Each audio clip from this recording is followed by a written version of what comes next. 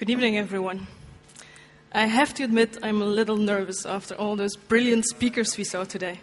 Ina and I were going to talk about something simple, actually, a very simple experiment we did. Not even a scientific one, an experiment in life. And it all started out with a question I'm pretty sure a lot of you must be familiar with. You know, sometimes when you go to bed at night and you start pondering upon your day, you start thinking about your life. I think most of us, we see a lot of beautiful things. We see a job, family, some good friends, nice house, nice car. And still, there are those nights we wonder, is this really it? Is this really everything I got to aspire from life? Ina and I, we asked ourselves that same question. And we decided that the answer to that question should be, no, let's try to find something more. Okay. So we decided to do an experiment. We decided that we wanted to live for 1 year like modern nomads. Why? Well, we both love working a lot, but in fact, some people even call us workaholics. But the problem about it is that it doesn't give us enough time in a year to do and give us time for the other stuff we really like. So we decided to go for this adventure because we really wanted to explore some things we love, and for us, that love is traveling. So being a digital nomad, what does that mean? Ines a web designer. I know a few things about online marketing. And so we asked ourselves a question. Would it be possible to design a website while sitting at a beach in Thailand? Would it be possible to craft an online marketing campaign while working from an office in Buenos Aires instead of our home office in Ghent? So we decided we wanted to try that for 1 year. Would it be possible to find an alternative, a sustainable template to the everyday template, to just the 9-to-5 template we all live? And so we did. So we want to take you along during our 12 months, in pictures, but also in the experiences we had. So those 12 months looked like this. We flew into South Africa, where we stayed for 3 months. We continued, and we went to Thailand, where we stayed for another 4 months. And finally, we traveled to Argentina, where we traveled a lot, and we lived for 4 months. We set foot in 10 countries, 3 of the ones we lived in, and 7 others we visited during trips. Since the idea was different from being a gap year traveler, so the idea was not to save money and then go and travel and live in hostels. The idea was really to live, but somewhere else. And so in every location, we had to find ourselves a home, like you have a home in Belgium. We had to find ourselves a way of transportation. This was our car in South Africa. In Thailand, for example, we had just a small motorcycle. And we made some new friends. What is brilliant today is the internet is giving us ways to integrate and to live location independently that we have never seen before. When we would move to a place, we would use all the modern technology like couchsurfing or Twitter to get a very instant connection with some people located there.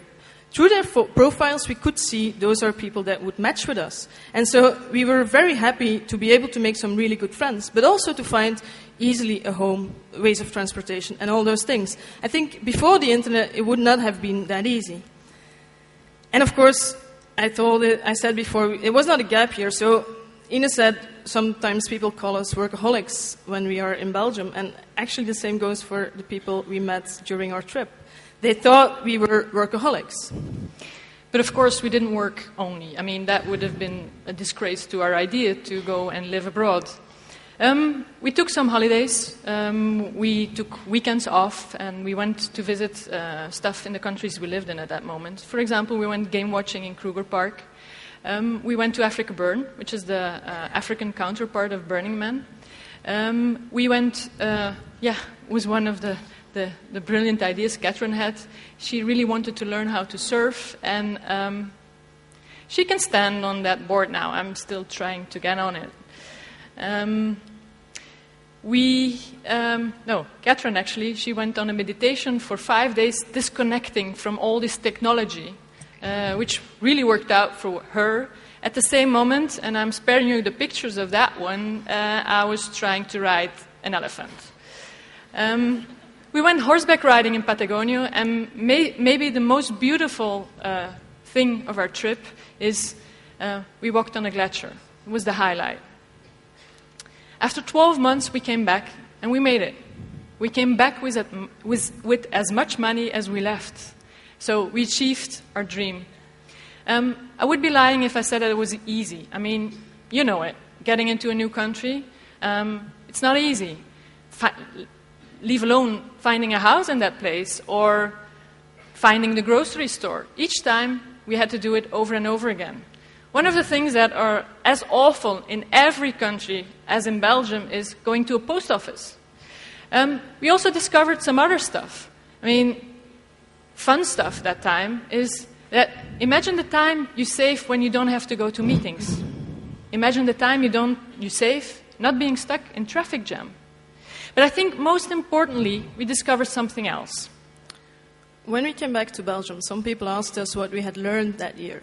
And of course, we learned a lot of practical things, how to be in the cloud and stuff like that.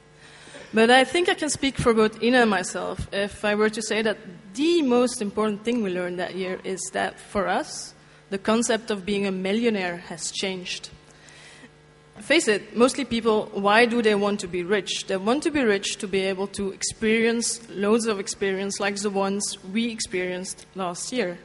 So we kind of figured it's not really about trying to be rich. It's about trying to live rich. And in fact, we are pretty convinced that it's a new brave world we live in. Never before have we had so many possibilities, and never before have we had so many choices and things between we could choose. It's when we show you the pictures before, it's not to brag about all the things we did. It's just to show what an amount of possibilities there lies once you try to step out of the box just for a second. And we believe it's different today. If you look at previous generations, like for example, if you would look at the life of my grandmother and you would compare that with the life of Ina's grandmother or with your grandmother, I'm pretty convinced their lives looked pretty the same. Like my grandmother, for example, she grew up in a small village in Flanders.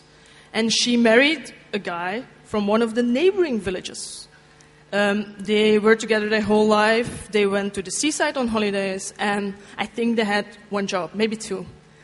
And if you compare that to today, when we want to go on holiday, we're like, okay, where should we go? Tokyo, New York, London, Paris? Which one should we pick this time?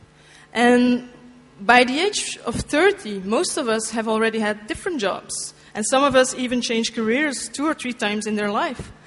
And the same goes for life itself. I think with all the possibilities and all the choices today, why not try to make our life a piece of art? Why not try to be creative on life itself? And to design ourselves lives in a very unique way. And in fact, I think it's not a coincidence that today we ask ourselves the question, is this it? Because I think it is not it. There are loads of possibilities beyond. And that comes to the last thing. Lifestyle design for us is the new black. It's about, you can have great experiences the way you want to. It doesn't have to be as extreme as the one we had by traveling for 1 year and leaving everything behind. But it can be as simple as the people we know that decided to have a part-time job to spend more time with their kids. Or like the programmer we know that decided to go to Silicon Valley to achieve his dream.